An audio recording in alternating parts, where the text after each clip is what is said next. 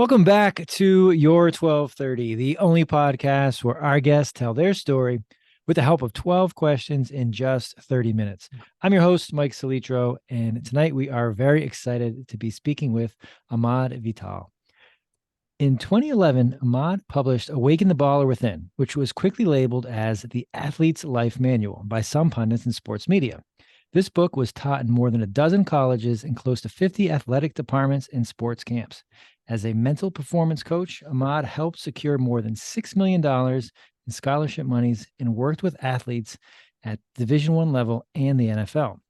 Not long after a successful career as a college football recruiting analyst with Scout.com, a Fox Sport affiliate, Ahmard founded That Guy Media Group and expanded his platform to small business and nonprofit organizations, where he focused on dream building, goal setting, and a relentless pursuit of the aforementioned. By teaching his audiences to recognize their strengths and capitalize on the power that everyone harnesses within, individuals can realize previously unimagined levels of personal happiness and success. Ahmard, welcome. We are really excited to be speaking with you. Thank you for having me on.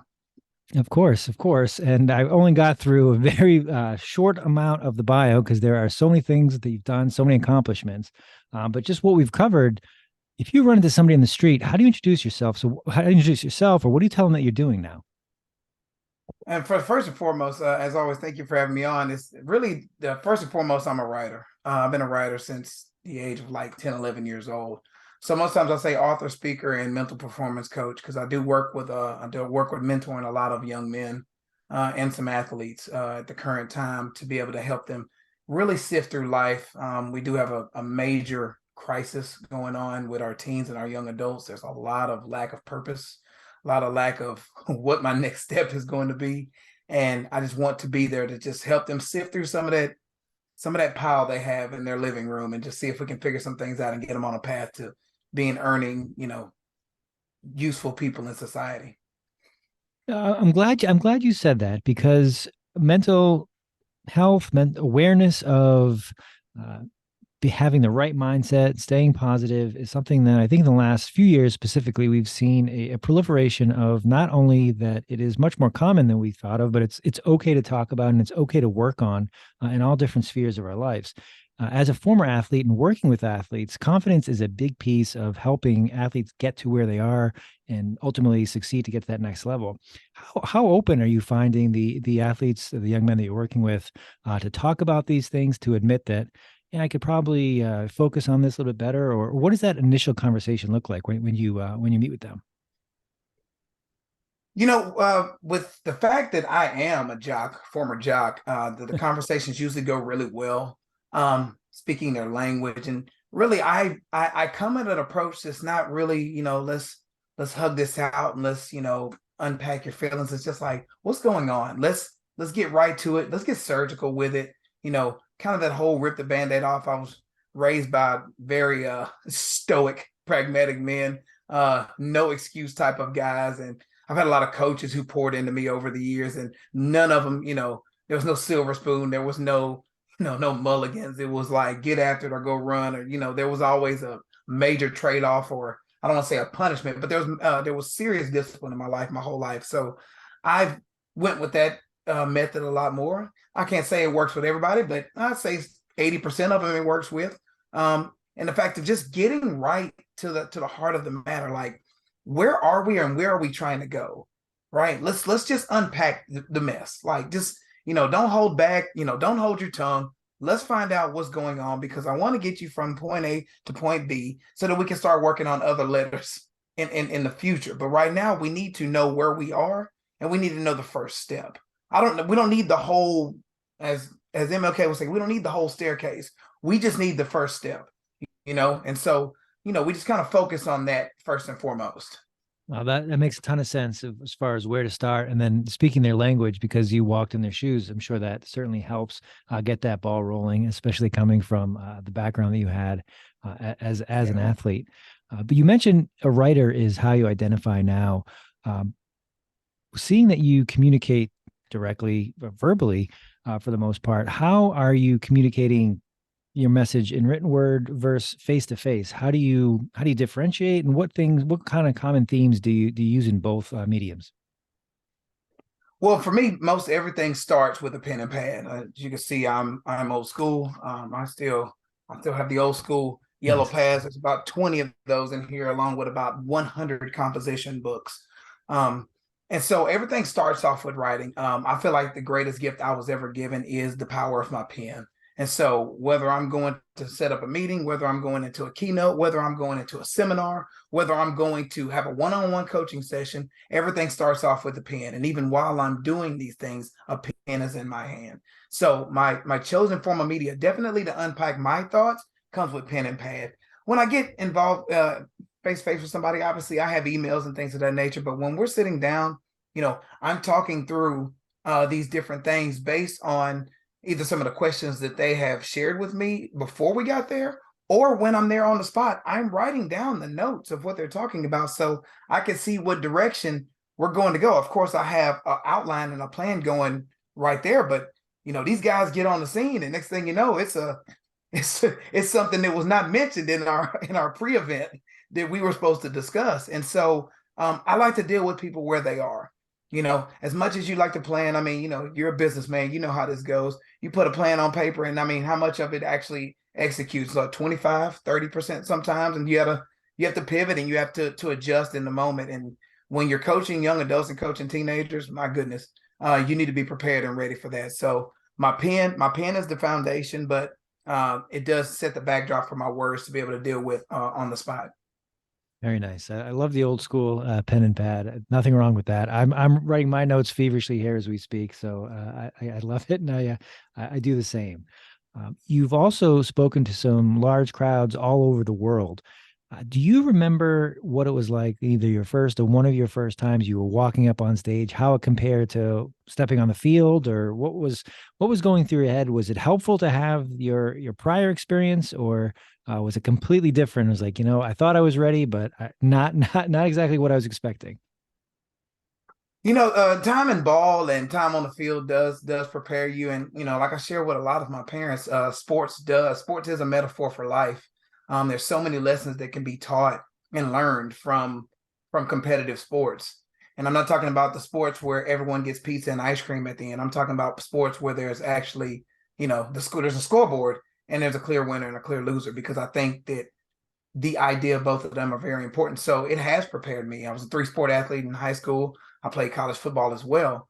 All those things prepared me for when I was able to take a stage. And obviously that's a whole different thing to not only take the stage, and it's like you have to be confident in what you know. And there's been growing pains in doing that, but I did, I've had good mentors, I've had good speaking coaches around me to be able to kind of get me in the game of the speaker side of things. Because everyone always says like, oh, I want to be an author, I want to be a speaker. And it's just like, yeah, it's not just you just wake up and just do this.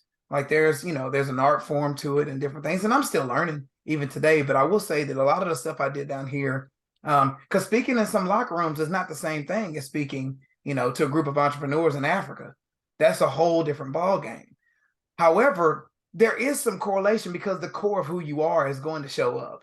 So, I just got through speaking to a tech company out in Austin. And I was like, you know what? We're treating this like a chalk talk. Let's roll our sleeves up. We're talking about grit. We're talking about resiliency. Let's just get after it. And so the core of me comes out, and people like the authenticity that I bring to it. So I think that whether I'm speaking to a group of athletes, entrepreneurs, tech geniuses, or realtors, people at a community center, the homeless, at Salvation Army, the true you is going to come out. And I think that when you step into who you are and where your heart is, and wanting to help and serve people, I think people will accept that.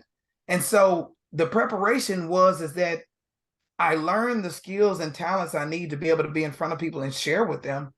But I also go back to the idea of like, hey man, I'm the 11-year-old lining up on the track.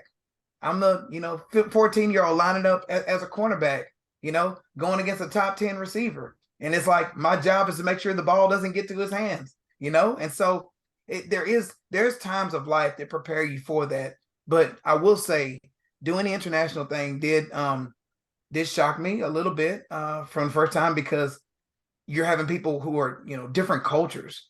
And so whereas you can still be you, there is still some things that some nuances and some things you need to know when you're going in front of people. There's 35 countries represented in the room. So you just can't, use all of the same words you use in, New Caney, Texas. It really clicked for me when you mentioned being authentic, and I wrote down prepared as well, because those two things you really need to get right and to be schooled in, whether you're on the field, on the track, or on a stage, because you can't hide if you're not prepared. And if you're kind of making up a persona, you're not yourself, the audience or the crowd, they're going to know. And, you're going to, especially as a cornerback, they're going to see the back of your jersey as you're running after the receiver down the sideline because you weren't prepared, or you're not as good as you should be to be on that field. And same with the speaker. If you're going in front of that group and it's like, this guy doesn't know what he's talking about, or he doesn't have this experience. But when you're authentic, when you're prepared, it shows in both those settings. So really love kind of that way that you drew that together.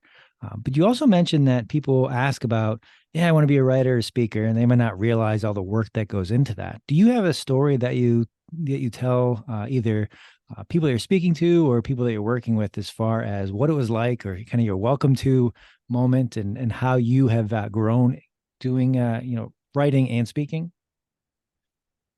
Obviously writing came to me pretty naturally. I've been, I literally wrote my first unpublished book somewhere between 10, 11, and 12 years old.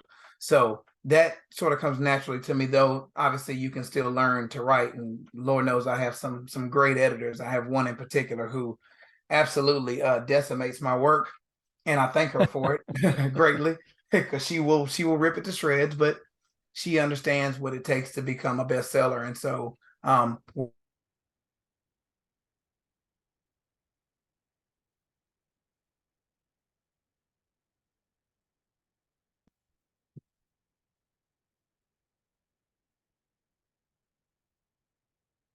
to know everything that we need to know. It's more so know what you know what you're good at, and keep a group of people around you who can fill in the gaps, which most of us have a lot of gaps to fill. But when people want to jump into the speaker game, I always tell them, I'm like, look, you don't just jump in front of a group of people and next thing someone's going to cut you a check for 10 grand. That's just not how this works. You have to pay your dues just like with anything else. I mean, when I tell people some of the routes I've taken to get to where I am, I think the year was 2017.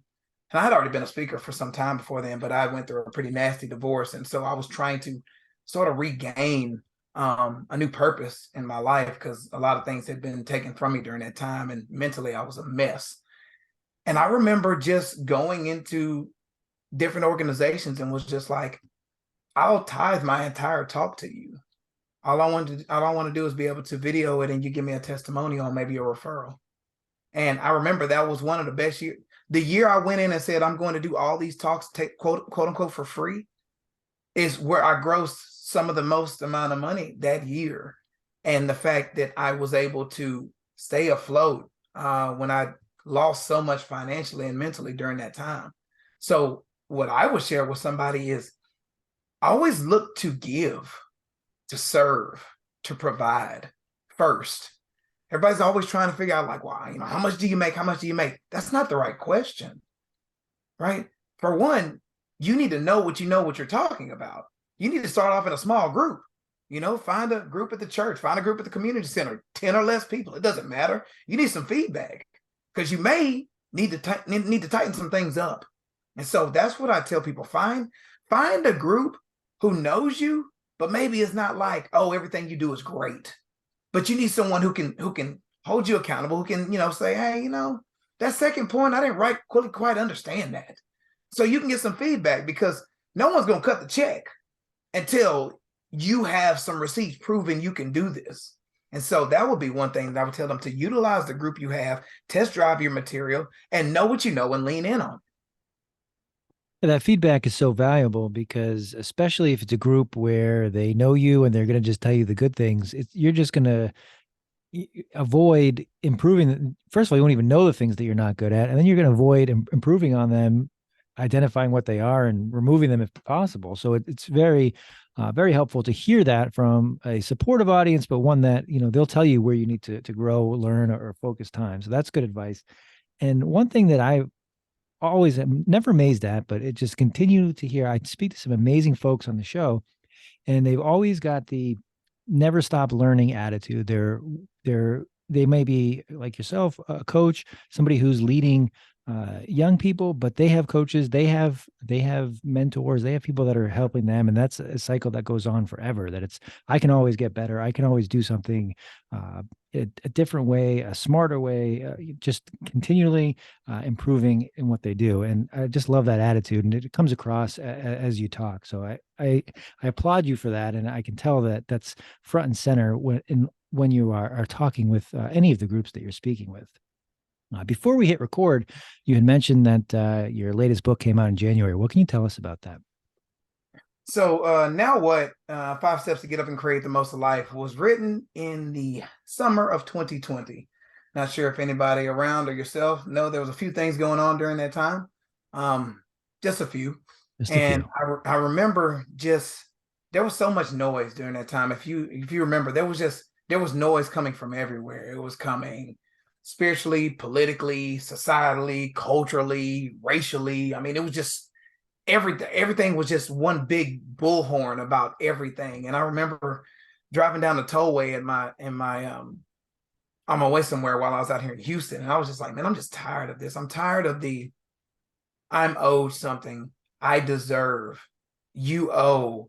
Just a lot of pointing fingers, a lot of blame, a lot of, I got this mess in my living room and it's your fault. Like, I just got sick of all those conversations. And I remember sitting down and I was just like, if I had one of these people who were just complaining in front of me, what would I share with them to get them out of that mindset into something greater? And so Now What was created out of that time. And I focused on 5 steps to be able to take someone from that rock bottom place, that I can't do anything place. Use a choice word here, my life sucks place. I use that very strongly from the standpoint that, like, when people are having a pity party, they're all they're talking about is all the bad that's in their life. And they haven't been able to talk to someone who can say, there's some good there. It may not be a lot. I'm not going to tell you that, hey, it's like, let's turn up and have fun. But there is some good, and let's just start with the fact that you and I are sitting here talking and we're breathing. So we have life. So at least we have the basic core things going. And so with Now What, we like to focus on first with reflection. You can't know where you're going until you know where you are. So it's like, you're sitting around and you're looking around at your surroundings, and it's just like, okay, there's a pile of dirty clothes over there. There's a fire going on in the kitchen. There's 3 kids screaming in the living room. And I don't know what's in that closet over there, but it's a mess. And I don't want to open it up because I want to avoid it. Well, think about that from a life standpoint, right? You maybe have a bad history, maybe have some legal issues over here, got a couple of divorces, you started your family too early and you just couldn't afford it. And so now you're just in a downtrodden place, and, and your family's just maybe abandoned you, like you have no one around you. And so reflection allows you to look at all the parts of your life and really go through an exercise I call what's good here, and try to see where there are some wins in your life currently. Now, you may have to dig deep, but that's why the process is what it is. You take that pad we pulled out earlier and you say, why is my life so terrible? And you get to unload all of it. When they say, the ladies have the, go get the cheap wine and hang out with their homegirls, and they're just in there just letting it all out. And anybody who's got a, wife, lady friend, or someone in their life, you've been told about those parties, right? And the guys, we sit around playing pool or over some cards, over dominoes, watching a game, and it's just like, man, let me tell you. And then they're unloading all the things of life that just aren't working for them. And so I like them to write down all of that. And I mean everything, like everywhere where it's just the worst. And I want them to sit away from that list for at least 4 hours, really up to a day. Go on about your life. Come back, sit still, pray over it, sit still, be quiet, and just clear your mind. And then go back and look at that and go on the other side of the page and say, okay, why was this that I say is so bad? Why was that actually a blessing for me? Why was that actually good? And what people will find out is there's a perspective. Okay, let's just say you had a bad divorce, and it's just like, man, like that was the worst thing that could ever happen to me. Well, what good came from it? Maybe you ended up relocating to a place where you were able to get a new lot on life. You got a new job, and maybe you met someone new. So there was something new from there. I got in some legal issues. Well, maybe it forced me to be a little bit more mature and not do certain things or whatever. And then what ends up happening is you look down that list and say, why is this person even on here? I haven't seen them in 10 years. Why are they still having mental real estate in my mind? So now you can just bless that person, forgive them, and cross them out because they don't belong. Like you've been holding on to something from them that you don't even need anymore. And so we go through that whole process for reflection, and you come out of reflection, you unpack all your junk, then you go on to decide. Like step 2 is to decide, what do you want? Okay, life's not so awesome. If you could Thanos snap your way into something, what would you want? And you decide what that is. You put it down: new career, start a family, write a book, launch a podcast, start a business, whatever you want. Okay, now we decided what we want. So then you decide. Then you go into step 3, which is the planning stage. I want to do this. How do I get there? We work in reverse. Okay, do I need some financing? Do I need some training? Of this industry, who's the best in that industry? Maybe I should give them a call. All of these little things are going on in the planning process. Your business plan, your marketing plan, the mind maps, the dry erase board where you're putting the little dots together and saying, okay, I need this. That way you get yourself in a position where every day you can make progress towards a larger goal. And that's where we go with that. And of course, step 4 is to act. You make as many plans as you can. Now it's time to just get into action, and no, you will never be, for those who are listening, no, you will never fully be ready. Just go for it. You're going to run into a roadblock. You're going to sprain your ankle. A bear might slap you across the face one of those times. Something is going to happen. You may have a blown out tire along the way. The bottom line is that you'll never understand where you need to go until you go out there and test drive it. Anybody out there who's ever started a business can tell you everything they wrote in that initial business plan did not go as they initially put on there. Everything cost more than you thought. You didn't know the water heater was going to break. You didn't know that there was a leak in the back room. I mean, there's all sorts of things. And so you just go into action with knowing what the end goal in mind is. And you go through all of those things. But along the way, you're going through these actions and you're like, man, I'm running into a lot of roadblocks. So that's when you take into the final chapter of seek. And that is to seek counsel. I'm very big on community. Man is not meant to be lived alone. No one is meant to do life alone. And that goes from so many different levels, whether you're talking about family, you're talking about community, you're talking about church, you're talking about friendships, you're talking about community centers, you're talking about civic clubs, activities. The bottom line is that you need people around you. And so in recent weeks, recent months, I've been suggesting that a minimum of 3 people you need in your life at all times, all the time, whether you're man, woman, child, once you hit 13, 14, you need mentors in your life, right? And that's one of the people I say, you need an accountability ally, a mentor, someone who loves you, but not infatuated with you, someone who will look at your goal sheet and say, okay, all right, Mike, so where are we on this goal? Have we achieved that? Someone who will hold you accountable, someone who loves you, but doesn't say, it's not a yes person, which, by the way, to your audience, please get the yes people out of your life. Like immediately, like get all the yes people out of your life. The people who everything you do is awesome. Everything you do is a win. Everything is a win. Everything is cool. Nothing you ever do go, get them out of there. The yes people will literally stunt your growth. So you need somebody who's an accountability ally and a mentor. Also, you need someone, whatever you chose as your chosen profession, you need sort of like the master so that you could be an apprentice to them. Let's just say you want to be an author. Well, who's the best-selling author? Who you have access to? Connect with them. Connect with a good editor. Things of that nature. Who's in your industry, who's mastered this industry and is awesome at it. And you want to work under them and, have them coach you. So then you have your mentor, you have your coach. And then I always say you need the patriarch, the old school, the papa, the grandfather, the godfather, whoever, the guy who's seen more stuff in a month and in so many years than you've seen in your whole life. Someone who just has that good old school wisdom. And then I say another person you want to have in your life is possibly whether it's a minister, a pastor, or someone along those lines, someone who can morally hold you accountable in addition to your mentor, right? Someone who just has a moral compass. Like what you're doing is not illegal, but it's not cool to do. It's not like you don't want to go that route. Someone who morally is going to hold you in check.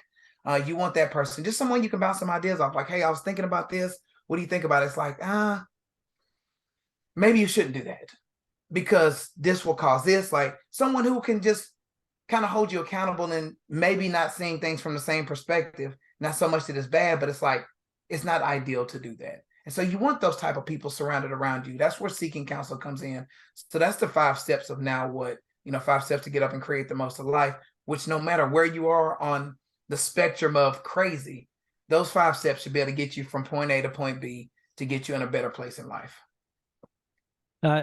Thank you for walking us through those. I took down a few things I just want to quickly follow up on, make sure that we talk about. The action piece, you never will be fully ready. You mentioned having a plan, being prepared, and sometimes that's 25%. We will never have the blueprint for exactly what's going to happen. So take the action, get the mistakes out of the way, learn from them, move forward. And that's why it's important to have those the mentors and the accountability partners, because they will hold you to what you said you were going to do. Why didn't you do it? Well, you did it and it didn't work out. What did you learn from it? And that goes back to the initial point that you made there, that people always like to talk about the glass half full versus half empty, and that sounds great, but how do you do it? And your step-by-step description there of writing down what's going on, taking the time to step away, and then looking back and say, well, what did you learn from this? What can be taken to move forward as a positive, something that we can actually learn from, is really helpful and powerful, because you might think that you are at a tough spot, but there's probably somebody who's got something more difficult than you, and you can learn a ton from what you wrote down on your sheet just an hour ago, 4 hours ago. And it's like, hey, this isn't so bad. And actually, I'm in a pretty good spot. So thank you for walking us through. That's fantastic. We are coming up on time somehow already, but I did want to hit on, you mentioned community, and the part of the bio that I didn't get to, and some of the work you do is with nonprofits, community service within your community. Has this been something that has always been front and center in your life? How did you get started giving to others and kind of giving back and helping out with those around you? That goes back to probably 2010, somewhere between 2008 and 2010, when I brought my mentor on. He taught me the importance of service and gratitude, and I've never forgotten it. And I realized it coincided with what my father was teaching me early on. I just was not willing to hear it then. But when a mentor came along, I'm a little older, have a couple more bruises on me. I'm just like, yeah, Dad did tell me that. Yep, I probably should go ahead and do that. And so I really, I feel like my service, my ministry, all of that stuff is part of the larger of who I am. It's me giving back. It's me showing gratitude. To put back in those places. I mean, I don't even log the hours anymore that I give back, because I don't really care that much in that regard. Obviously, I work with teens in the ministry at my church. I speak at nonprofits when I go get a paid gig. I'm, looking for community service to do along the way. We have a big serve day over at our church where we do between 21 and 28 different service projects in an entire Saturday. We're all over the place. And so I love the idea of letting God know how grateful I am for what you're doing for me, and letting me pour back into others. Because as much as we want to just ask for more, what is the more you're doing and getting? Are you doing anything to make someone else's life better? And if you can't look at anything in your life where that's not going on, I suggest that you make a pivot, like, immediately. I remember a minister friend of mine from back in the day. He told me what he would advise people when they lost their job. So I mean, you're thinking like you're losing your income, lost your job. And you know what he used to tell people? The first thing to do is go volunteer somewhere. Not get on LinkedIn, not get on Indeed, not go look for a job, not tighten up your resume. Go volunteer somewhere first. And I was like, and at first I didn't get that. I was just like, now I absolutely do. When you put yourself in a position where, you're giving of yourself. I mean, and there's so many principles that go to that. You give from where you are, not you give when you get more. You give from where you are, and that is where you're blessed the most. And so I've just taken that and just really ran with it, making myself available, especially to the young people, building the bridge for them. And so a lot of my week goes to service, and it's only increased since I started doing it. So it is the foundation of not only my business, but more so of my life. I wish I could. There's no separation between it now. Like, it's not my service side, my business side. No, it's all part of a larger picture, and it's part of the business. It's part of my life, and it's part of just who I've become. And that goes back to being your authentic self and living the life that is most true to you. And it makes sense that those lines are blurred. And even selfishly, there are a few things that you can do uh, besides volunteering and feel as good as you do when you help somebody else out without expecting anything in return. And to even go back to that exercise, if you're feeling down, you might be in a service project and realize, I thought I had it bad, but uh, looking at how this group, this community has lived, the things they've gone through, my problems don't seem as big anymore. So there are so many good things that can happen from just helping others, from just brightening somebody else's day to, as you said, I've lost my job.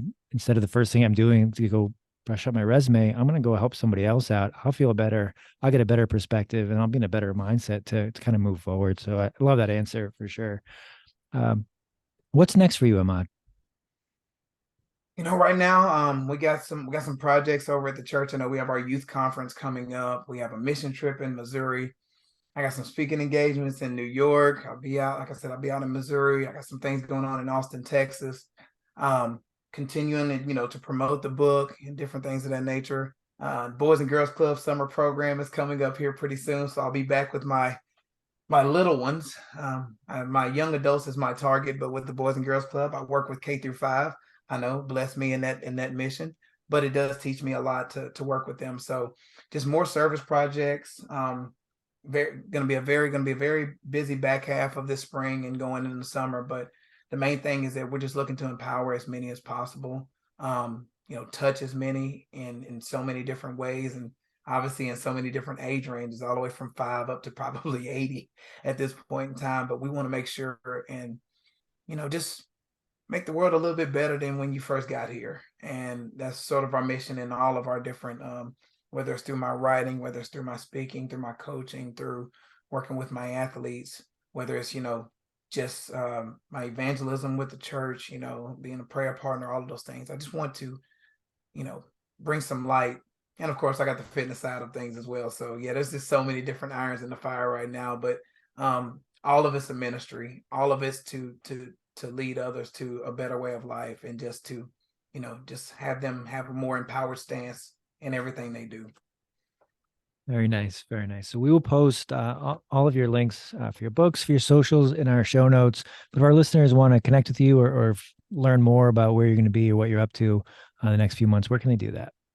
AhmardVital.com. That's AhmardVital.com. All of that's the hub for everything. There's videos there, is booking information there. I think there's merchandise there, contact information, info@AhmardVital.com if they want to reach out to me from that standpoint. If they want to get a free digital copy of the book, there's booknowwhat.com. That's booknowwhat.com. They can reach out there and get a free copy of the newest book that just came out. Also, same social media, IG and on Facebook, Ahmard Vital. There's no alias. You type that name in and then I'll pop up. But I do want to offer your audience, Mike, something. There's probably somebody listening who does have a young adult in their house, does have a teenager in their house, and maybe that teenager is going through a season, and that season where mental health is kicked in, maybe some anxiety, bad grades, a little bit of depression, just having a rough go right now. If they put in the 1230 podcast in the subject line when send me over an email, just give me a little bit of a backstory, we will offer them a 30-minute discovery call, 30-minute discovery coaching call, complimentary on me, to get back to your teen or young adult. We must build a sturdy bridge to our future generations, and we need to help them unpack this and save as many of them as possible. And so if you have someone who is dealing with that right now, be sure and reach out to me by email, and just be sure and mention our guy Mike in the subject line, and we'll get them taken care of. I appreciate that. Our listeners appreciate that. We'll be sure to include all that information in the show notes. Ahmad, thank you so much for joining us. This has been a blast. Uh, we did get to talk about a good amount of things tonight, but is there anything I didn't ask you that I probably should have? I mean, just my work and love for the teams. I love I love them. I lean in hard on my young men.